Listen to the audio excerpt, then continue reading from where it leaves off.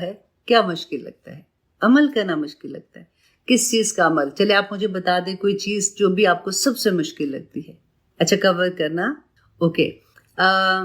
اچھا میں آپ کو بتاتی ہوں کہ آپ نے کرنا کیا ہے. دیکھیں آپ لوگ یہ سوچو کہ جب ہمیں کسی سے محبت ہوتی ہے، فار ایگزامپل ہماری نئی نئی شادی ہوتی ہے یا منگنی ہوتی ہے، تو ہمارا دل کیا چاہتا ہے، یا جس سے بھی ہم محبت کرتے ہیں تو ہمارا دل چاہتا ہے کہ ہم ہر چیز وہ کریں جو اس کو پسند ہے. ہم کپڑوں کا کلر وہ پہننا چاہتے ہیں، ہم تیار ویسے ہونا چاہتے ہیں، ہر چیز. اچھا ان کو یہ کھانا پسند ہے، ان کو یہ کپڑے پسند ہے، ان کو یہ کلر پسند ہے، کرتے ہیں نا. تو ہماری اپنی پسند بیسیکلی ختم ہو جاتی ہے، ہم انہی کے رنگ میں رنگ جاتے ہیں. ایگزیکٹلی سیم چیز آپ اس میں اپلائی کریں. اللہ سبحانہ تعالیٰ سے اللہ کی محبت مانگے، اور جس کو اللہ کی محبت مل جائے گی نا اس کو سب کچھ ہی عطا ہو جاتا ہے. دعا کرے اللہ سبحانہ تعالیٰ سے، اللہم اجعل حبک احب الاشیاء الی، اے اللہ مجھے اپنی محبت ہر چیز کی محبت سے زیادہ عطا کر دے. واجعل خوفک اخوف الاشیاء الی، اے اللہ مجھے اپنا خوف ہر چیز کے خوف سے زیادہ عطا کر دے. واقطع انی حاجات الدنیا بالشوق الی لقائک، اے اللہ میرے سے دنیا کی جو حاجت ہے نا وہ مجھ سے دور کر دے اپنی ملاقات کے شوق کے عوض. وَإِذَا أَقْرَرْتَ أَعْيُنَ أَهْلِ الدُّنْيَا مِن دُنْيَاهُمْ، اور جب تو دنیا والوں کی آنکھوں کی ٹھنڈک، آنکھوں کا قرار اس دنیا میں رکھے اللہ سبحانہ تعالیٰ، وَأَقْرَرْ عَيْنِي مِن عِبَادَتِكَ، تو میرا قرار اپنی عبادت میں رکھنا. تو جس کو اللہ کی محبت مل جائے گی نا اس کے لیے عمل کرنا بہت آسان ہو جاتا ہے. پھر بندہ پتہ ہے کیا کہتا ہے؟ پھر بندہ سارا وقت ایک ہی بات کہتا ہے کہ ان صلاتی و نسکی و محیای و مماتی للہ رب العالمین، کہ میری نماز، میری قربانی، میرا جینا اور میرا مرنا اللہ کے لیے ہے. تو اللہ سے اس کی محبت مانگے. ہم میں سے ہر شخص یہ چاہتا ہے کہ دنیا میں اس کا ایک خوبصورت سا گھر ہو جس کو وہ اون کرتا ہو. اور آپ ذرا یہ سوچئے کہ اگر ہمیں یہ پتا ہو کہ جنت میں ہمارے لیے گھر ہے جس کی ضمانت رسول اللہ صلی اللہ علیہ وسلم نے دی ہے، تو ہماری خوشی کی کیا انتہا ہوگی. حضرت ابو امامہ باہلی رضی اللہ عنہ بیان کرتے ہیں کہ ابو داؤد کی روایت ہے 4800 کہ رسول اللہ صلی اللہ علیہ وسلم نے فرمایا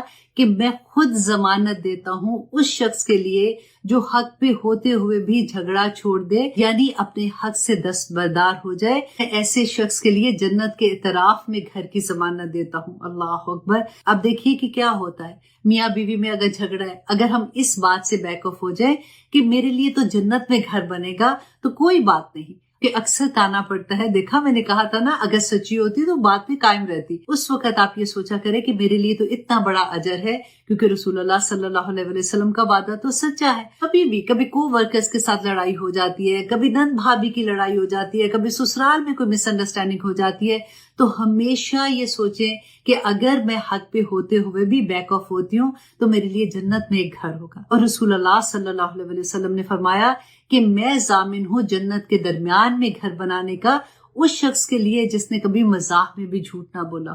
دیکھیں رسول اللہ صلی اللہ علیہ وسلم نے فرمایا تھا نا کہ جھوٹ بولنے والا جو شخص ہوتا ہے اس کے منہ سے اتنی بو آتی ہے جو صرف فرشتے سونگھ سکتے ہیں، اور وہ اس سے میلوں دور چلے جاتے ہیں، یعنی اس پہ رحمتیں برکتیں بھی ختم ہو جاتی ہیں. اور پھر رسول اللہ صلی اللہ علیہ وسلم نے فرمایا کہ میں اس شخص کے لیے جنت کے بلند ترین مقام پر گھر بنانے کا ضامن ہوں جس کا اخلاق اچھا ہوگا. سبحان اللہ. حضرت عائشہ سے کسی نے پوچھا تھا کہ رسول اللہ صلی اللہ علیہ وسلم کا اخلاق کیسا ہے؟ حضرت عائشہ رضی اللہ عنہا نے فرمایا تھا کہ رسول اللہ صلی اللہ علیہ وسلم تو چلتا پھرتا قرآن ہے. الحمدللہ. اللہ سبحانہ تعالیٰ ہمیں بھی توفیق عطا کرے کہ ہم قرآن پاک کو سمجھنے اور اس پہ عمل کریں. یہ لیڈیز کا گروپ ہے تو اس وجہ سے آپ لوگ بیچ میں نہیں ایڈ ہو رہے ہیں. اور اگر کوئی گروپ ہے جیسے اس میں کوئی لیڈیز کویسچن پوچھتی ہیں تو will request you not to answer them, کیونکہ وہ بھی لیڈیز کا ہی گروپ ہے. آپ نے پروگرام دیکھنا ہے، اٹ ہیز نو پرابلم، آپ دیکھ سکتے ہیں، لیکن آئی ایم ٹاکنگ اباؤٹ جو کورس ہم لوگ کروا رہے ہیں وہ صرف لیڈیز کا ہے. اس کے علاوہ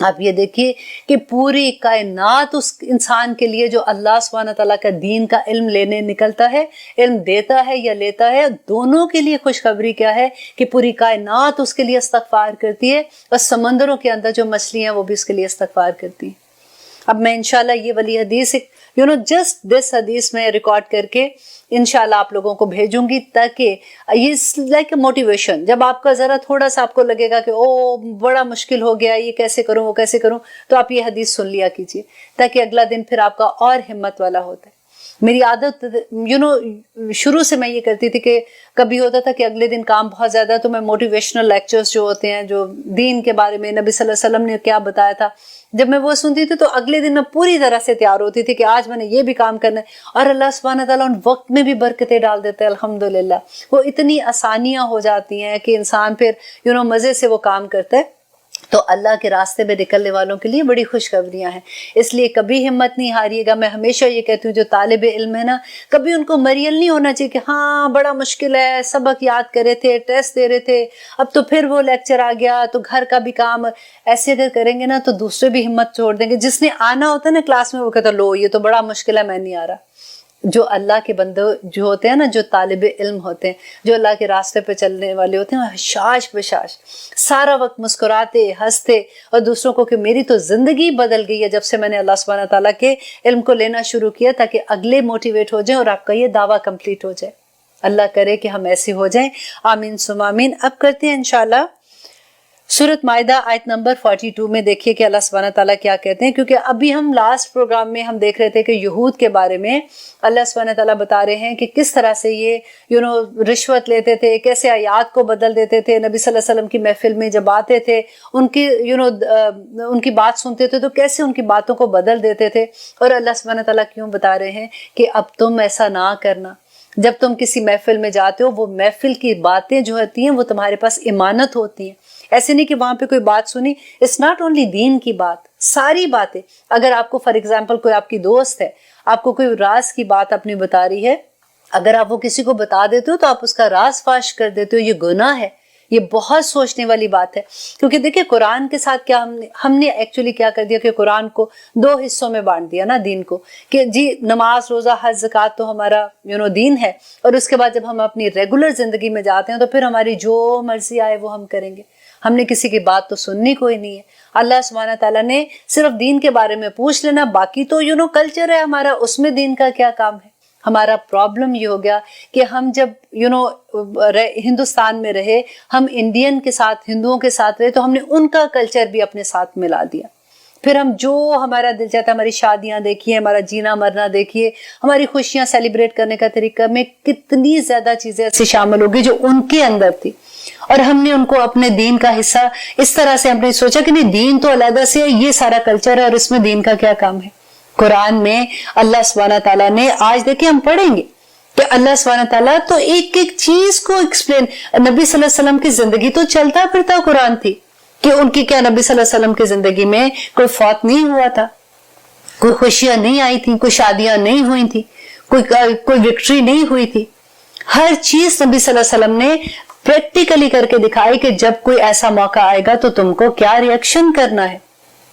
دیکھیے نبی صلی اللہ علیہ وسلم جب مدینہ آتے ہیں تو کتنے لوگ مدینہ میں آئے تھے، کتنے سے لوگ تھے، مشکل سے 100 سے کچھ تھوڑے سے زیادہ لوگ تھے جو مدینہ میں ہجرت کر کے آئے تھے۔ 8 سال کے اندر واپس جا کے مکہ فتح کیا تھا۔ نبی صلی اللہ علیہ وسلم چلتا پھرتا قرآن تھے